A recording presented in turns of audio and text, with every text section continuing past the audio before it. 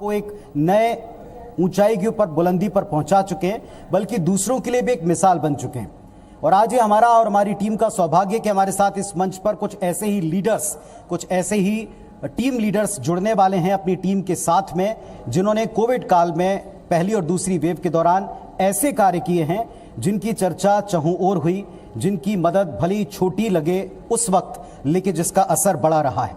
और चूंकि अभी भी कोविड काल जारी है, तो इस काल से चुनौतियां अभी भी हम सब तक और इन संस्थाओं तक पहुंच रही हैं। कैसे वे आगे इस चुनौती से पार पाने के लिए खुद अपनी टीम के साथ तैयार हैं और दूसरों को क्या सीख देते हैं, इन सब की चर्चा इस मंच पर होगी उनके सम्मान के साथ। तो आइए शुरुआत करते हैं IBS 24 हेल्थ कॉन्क्लेव 2021 की। मैं चाहता हूं जोरदार तालियों के साथ आज हम इस कार्यक्रम की गर्मजोशी के साथ शुरुआत करें। आपको बताते हुए मुझे बड़ा हर्ष है, IBS 24 हेल्थ कॉन्क्लेव 2021 सम्मान कोरोना वॉरियर्स का, powered by Mansarovar global university, CH university Indore Bhopal, associated by LNCT university, Devi Ahilya hospital and research centre, dental house, Surya life care hospital, Vijaya Ayurvedic medical college and hospital Jabalpur, PD Gurjar hospital Indore, insurance partner LIC Madhya Kshetra Bhopal, driven by Mahindra and Mahindra, strengthened by Goel TMT and Goel Pipes, Finishing School NH Goel Finishing School Raipur, web partner IBS24.in, जिस पर आप सभी खबरों का पूरा update 24 घंटे अपने mobile पर कहीं भी कभी भी प्राप्त कर सकते हैं। तो आप सबकी तालियों की अनुमति के साथ मैं इस कार्यक्रम की शुरुआत चाहूंगा। जोरदार तालियां कोरोना वॉरियर्स के सम्मान की शुरुआत की। तो सबसे पहले मैं इस मंच को समर्पित करूंगा अपने उन साथियों के साथ में, उन टीम लीडर्स के साथ में, जिन्होंने कोरोना काल में अपनी संस्था के छोटे छोटे कार्यों से एक बड़ी मुहिम को छेड़ा है। इन्होंने अपने क्षेत्र में अपने कार्य को बड़ी ईमानदारी से किया और इस अंदाज में किया कि कोविड काल में जब किसी को कुछ समझ नहीं आ रहा था कि हम कैसे शुरुआत करें, किस तरह लोगों की मदद करें, तब इन्होंने अपने कदमों को आगे बढ़ाकर दूसरों को भी दिशा दिखाई कि आप भी इस तरह लोगों की मदद कर सकते हैं। इनमें से हर एक हस्ती जो इस मंच पर हमें ज्वाइन करने वाली है, इनमें से हर एक डिग्निटरी जो इस मंच के साथ साथ मेरे सामने यहाँ मौजूद है, ये हमारा सौभाग्य है कि हम उनको सुन पाएं। तो बिना देर किए मैं आप सबकी अनुमति से इस मंच पर उन्हें आमंत्रित करने का क्रम शुरू करता हूं। आज हमारे साथ में जो हम पहला पैनल इस मंच के ऊपर आमंत्रित करते हैं, उसके साथ हम चर्चा करेंगे कोरोना काल की और कोरोना काल की विषम परिस्थितियों की जो अभी भी जारी है। तो कैसे निपटा जाए आखिर इस कोविड काल से, इस कोरोना काल से, ये गंभीर चर्चा का विषय है, न केवल इस मंच का बल्कि पूरे विश्व का। तो आइए सुनेंगे उन हस्तियों को आपकी तालियों के साथ में। मैं इस मंच पर आमंत्रित करना चाहूंगा देवी अहिल्या कैंसर अस्पताल से डॉक्टर अजय हार्डिया जी, डायरेक्टर सर को डॉक्टर आशीष हार्डिया जी, डेप्यूटी डायरेक्टर सर को भी मैं आप सबकी तालियों के बीच में इन्वाइट करता हूं मंच के ऊपर। Sir please come on stage. आप सबको नमस्कार सर, बहुत स्वागत है आप सबका।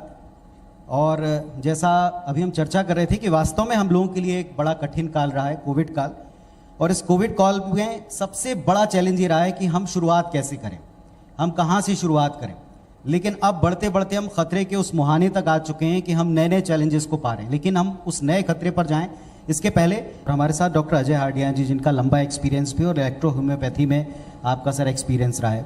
हमने देखा बहुत सारी दुनिया में विश्व में पैथी हैं, लेकिन होम्योपैथ के प्रति, आयुर्वेद के प्रति इस दौर ने वो सारी चीज़ें स्टैब्लिश कर दी जिसके लिए हम लंबे समय से शायद सोच रहे थे कि लोग क्यों अपनी इस विधा को थोड़ा पीछे रखते हैं, भूलते हैं। लेकिन इस काल में इन दोनों विधाओं ने जो है बहुत अच्छी तरह से लोगों को संभाला है। शायद भारत के इस पॉपुलेशन के साथ संभलने की एक बड़ी वजह यही, आप क्या पाते हैं? नमस्कार। सर्वप्रथम मैं IBS 24 का स्वागत करता हूं कि उन्होंने आज कोरोना वॉरियर्स के लिए सम्मान के लिए आयोजन किया है। देखिए, हमारे कोरोना वॉरियर्स जो हमारे पैरामेडिकल नर्सिंग स्टाफ, डॉक्टर्स तो थे ही, परंतु जो कोरोना वॉरियर जो सही रूप में माने गए वो हमारे नर्सिंग स्टाफ और पैरामेडिकल स्टाफ रहा, जो मरीजों के डायरेक्ट संपर्क में था। मरीजों को जब इंट्राकेट IV लगाना होती थी तो उसे टच करना होता था जी। कितने भी प्रिकॉशन कर लें फिर भी टच तो करना ही पड़ता है, बिना उसके टच किए ट्रीटमेंट नहीं किया जा सकता है। और हमारे बहुत से कोरोना वॉरियर्स हमसे जुदा भी हुए, मैं उन सभी को बहुत बहुत नमन करता हूँ। देवी अहिल्या हॉस्पिटल और रिसर्च सेंटर एक अपने यूनिक ट्रीटमेंट के लिए इस समय पूरे देश में जाना जा रहा है। हमारा हॉस्पिटल कैंसर पर काम कर रहा है और कैंसर के ऐसे मरीज जो टाटा और एम्स जो रिटर्न हो जाते हैं, जिनका सर्जरी हो जाती है, कीमोथेरेपी हो जाता है और रेडिएशन हो जाता है, उसके बाद में जब पेन डेवलप हो जाता है तो अभी तक वर्ल्ड में पेन का कोई इलाज नहीं है और केवल मॉर्फिन पे छोड़ दिया जाता है। तो हमारा हॉस्पिटल उस स्टेज के अंदर जहाँ पेशेंट का 4th स्टेज होता है या death to bed 5th stage में पहुँच जाता है, उस स्टेज में पेशेंट हमारे पास में आते हैं और हम उनका जो पेन है 12 घंटे, 24 घंटे, 72 घंटे के अंदर हम लोग उनके पेन को 70-80% तक उनका पेन ख़त्म कर देते हैं। इसी बीच जब कोरोना स्टार्ट हुआ तो कैंसर जैसी ऐसी घातक बीमारी है जिसके अंदर मरीज की सबसे ज़्यादा इम्यूनिटी कम होती है और फीवर तो उनको आता ही रहता है, तकलीफ उनकी बहुत होती है। उस स्टेज के अंदर हमारे जितने भी हॉस्पिटल थे वो सब कोविड के अंदर लग गए और उन पेशेंट्स के जो ट्रीटमेंट होना चाहिए, जो उनका ट्रेडिशनल जो थेरेपी, कीमो, रेडिएशन, वो भी नहीं हो पा रहा था। ऐसा बहुत सारे मरीज़ हैं जो हमसे संपर्क करना चाहते थे और वो ट्रेनें बंद हो गई, बसेस बंद हो गई, ट्रांसपोर्टेशन बंद हो गए, एयरलाइंस बंद हो गई। उसके बाद वो मरीज पूरे देश से 24 घंटे, 48 घंटे का सफ़र तय करके हमारे हॉस्पिटल में आए और हमारा हॉस्पिटल का पूरा पैरामेडिकल स्टाफ, नर्सिंग स्टाफ उनके सेवा में लगा। हमने ये भी देखा कि वो मरीज जब हमारे हॉस्पिटल में आए तो पता लगा कि वो कोविड पॉजिटिव पाए गए जब उनका टेस्ट हुआ जी। और हमने उनका ट्रीटमेंट किया, उनका कैंसर के अंदर भी हमने आराम दिया और हमने उनको कोविड से भी निजात दिलाई। चूँकि हमारा जो ट्रीटमेंट है इलेक्ट्रो होम्योपैथी, ये 5th सिस्टम ऑफ मेडिसिन है और ये जो मेडिसिन है ये ब्लड और लिम्फ को प्यूरिफाई करती है और यदि ब्लड और लिम्फ को प्यूरिफाई कर दिया जाए तो किसी भी डिसीज़ को क्योर किया जा सकता है। तो हमारे इस सिस्टम में इतनी एनर्जी है, इतनी पावर है कि ये कोविड को भी ठीक कर सकती है। और इसी बीच हमारे पास ऐसे हमारे परिचित बहुत सारे लोग थे जिन्हें कोविड हुआ और हॉस्पिटलाइज हुए और हमने हमारी मेडिसिन उन तक पहुंचाई और उनको कोविड से हम बाहर लेके आए। तो इस प्रकार हमने हमारी ओर से पूरी मतलब आपका दोहरा एक चैलेंज रहा है सर, क्योंकि कैंसर अपने आप में एक ऐसी बीमारी है जिस पर हम जितना डिस्कशन, जितना अवेयर करें, ऐसा लगता है अभी इस पर और भी काम करना है। मैं थोड़ी आपसे और चर्चा करूंगा। हमारे साथ में देवी अहिल्या कैंसर हॉस्पिटल से डॉक्टर आशीष आर्डिया जी भी हैं। डॉक्टर आशीष, यूथ ब्रिगेड का कार्य आपने कैसे पाया, क्योंकि आप स्वयं भी यूथ हैं, युवा हैं और आपकी संस्था एक बहुत ही गंभीर बीमारी का इलाज करती है और इस बीच कोविड, हमने सब लोगों को कहा कि आप घर पर रहें, जब तक ज़रूरत ना हो तब तक बिल्कुल आप ना आएँ और ऐसे में नई नई टेक्निक्स को हमको अपनाना पड़ा। वीडियो कॉल के द्वारा हमने डॉक्टर्स को भी अपॉइंट किया कि आप देखें। तो क्या कैंसर पेशेंट्स के लिहाज से ये डबल चैलेंजिंग रहा, कैसे निपटा? जी बिल्कुल सर, जब हमने शुरुआत की थी 2019 में, जब हॉस्पिटल हमने कैंसर पे वर्क करा, मुझे लगता है तभी से कोरोना भी अपने फॉर्म पे आ गया था। तब हमको पता चला था कि सार्स कोविड-19 एक बीमारी है जो महामारी का रूप ले रही है। और जब हम कैंसर पे वर्क कर रहे थे, शुरुआत में बहुत अच्छे हमें रिजल्ट भी मिलना चालू हुए। मेरे फादर 35 ईयर्स से इस पैथी में काम कर रहे हैं और वो रिजल्ट ले ही रहे थे। जब हमने सपना देखा कि नहीं, हमें और इसे बड़े स्वरूप में लेके जाना चाहिए और एक अच्छे हद तक हम उस पर पहुँच सकते थे, तभी कोरोना का भी अटैक हुआ। और जब हमारे पास पेशेंट्स आना चालू हुए तो एक कंसर्न दिमाग में रहता था हमेशा कि ये पॉजिटिव है, नेगेटिव है। बहुत से स्टाफ जो हमारे थे वो भी बड़े दुविधा में थे कि हमें ये काम करना चाहिए नहीं। लेकिन हर समय हमारे फादर डॉक्टर अजय आर्डिया जी खड़े थे सामने और उन्होंने बहुत मोटिवेट किया इस चीज़ के लिए कि नहीं, ये डिजीज़ है, चाहे हम कैंसर की बात करें, कोरोना की बात करें, हाइपरटेंशन की बात करें या फिर कोई भी ऐसी डिजीज़ जो एक जानलेवा बीमारी के रूप में हमारे सामने आती है। जैसे WHO की एक डेफिनेशन है हेल्थ को लेकर के, complete mental, physical and social wellbeing. अब हम तीनों पे काम करें, ये बहुत पहले दे चुकी थी हमारे, मैं सोचता हूँ हम स्कूल्स में थे तब से हमको ये समझाया, पढ़ाया और रटाया भी जाता है कि आप हेल्थ को कैसे देखते हैं। तो जब हम मेंटली प्रिपेयर होते हैं या मेंटली बूस्टअप होते हैं तो भले वो कोई सी भी डिजीज़ हो, आप डायबिटीज़ को ले लीजिए, हम उस पर वर्क करना चालू करें। फिजिकली हम बहुत हेल्दी होना अब चालू हुए मेरे ख्याल से।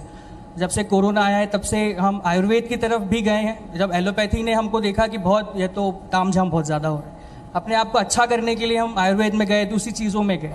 अब सोशल वेलबींग, अब मैं जैसे कि इंदौर से हूँ और सोशली हम जो अपने देखते हैं कि नंबर 1 आ रहा है हमेशा हमारा इंदौर साफ़ सफाई को लेकर के, तो ये एक बहुत बड़ा डिफरेंस है। तो ये जब 3 पॉइंट्स मेरे सामने आए और अब जब हमने इसमें काम करना चालू करा तो हम देखते हैं कि सबसे पहले आपको मोटिवेट फील करें, अपने आप को फिजिकली हेल्थ करें, हेल्दी बनाएं और साथ ही साथ में अपने वेल बीइंग जो अपना सराउंडिंग है, जो आपका एटमॉस्फेयर है, उसको क्लीन करें।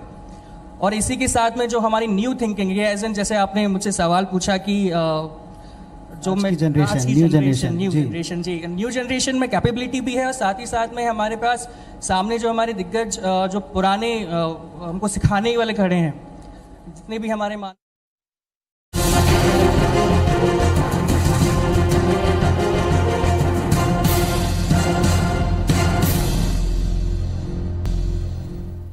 नमस्कार, आप देख रहे हैं IBC 24। मैं हूं आप सभी के साथ रचना नितेश। और आपको बता दें कि IBC 24 का हेल्थ कॉन्क्लेव आयोजन आज भोपाल में किया जा रहा है, जहां पर कोरोना योद्धाओं का आज सम्मान किया जाएगा। IBC 24 हमेशा से खबरों के साथ साथ अपने सामाजिक सरोकार के लिए भी हमेशा प्रबद्ध रहा है और आज कोरोना योद्धाओं का सम्मान मध्य प्रदेश में किया जाना है।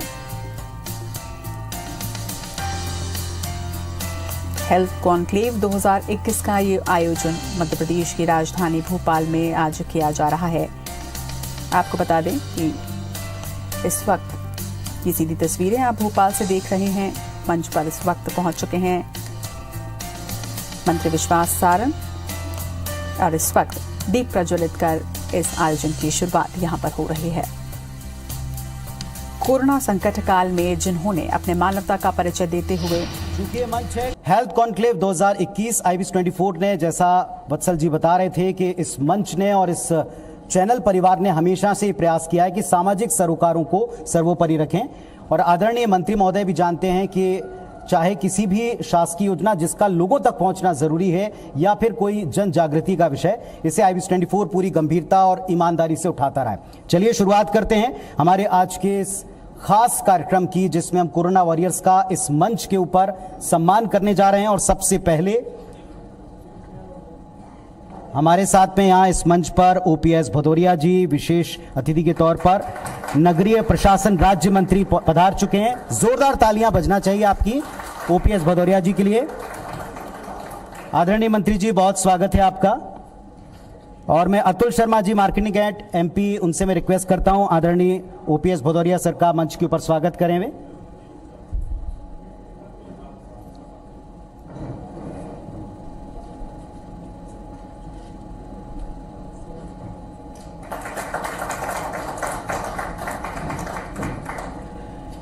भदौरिया जी, बहुत बहुत स्वागत है आपका IBC 24 के हेल्थ कॉन्क्लेव 2021 में।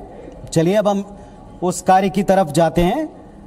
सबसे पहले आपको बता दें कि पूरी जिम्मेदारी के साथ में पूरे प्रदेश में कार्य करने वाले ऐसे व्यक्तित्व और संस्थानों का चयन, जो लोगों ने हम तक इनकी झलक पहुंचाई, वो हम अब आप तक पहुंचा रहे हैं।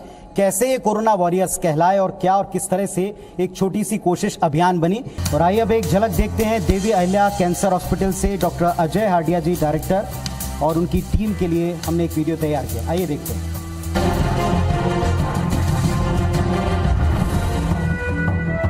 Devi Ahilya hospital and research centre Indore अस्पतालों की भीड़ में एक ऐसा संस्थान जो पिछले कई सालों से मरीजों की सेवा में निस्वार्थ भाव से जुटा है। कैंसर मरीजों के लिए किसी वरदान से कम नहीं। मशहूर कैंसर रोग विशेषज्ञ डॉक्टर अजय हार्डिया के नेतृत्व में इलेक्ट्रो होम्योपैथी के जरिए ब्रेन, हार्ट, लंग्स से संबंधित असाध्य बीमारियों का इलाज हो रहा है। कोरोना काल में भी अपने फर्ज को बखूबी निभाया। नए साल से यहाँ किडनी इलेक्ट्रोपैथी की सुविधा भी मिलेगी। चिकित्सा जगत में उत्कृष्ट कार्य के लिए डॉक्टर अजय हार्डिया कई मंचों से सम्मानित हो चुके हैं। आज IBC 24 इन्हें दिल से सलाम करता है। मंच पर स्वागत कीजिए डॉक्टर अजय हार्डिया जी, डायरेक्टर, डॉक्टर आशीष हार्डिया जी, deputy director, Manisha Sharma ji, CEO। आप तीनों को मैं मंच पर आमंत्रित करता हूं। आप सबकी जोरदार तालियां बजती रहें पूरी टीम के लिए।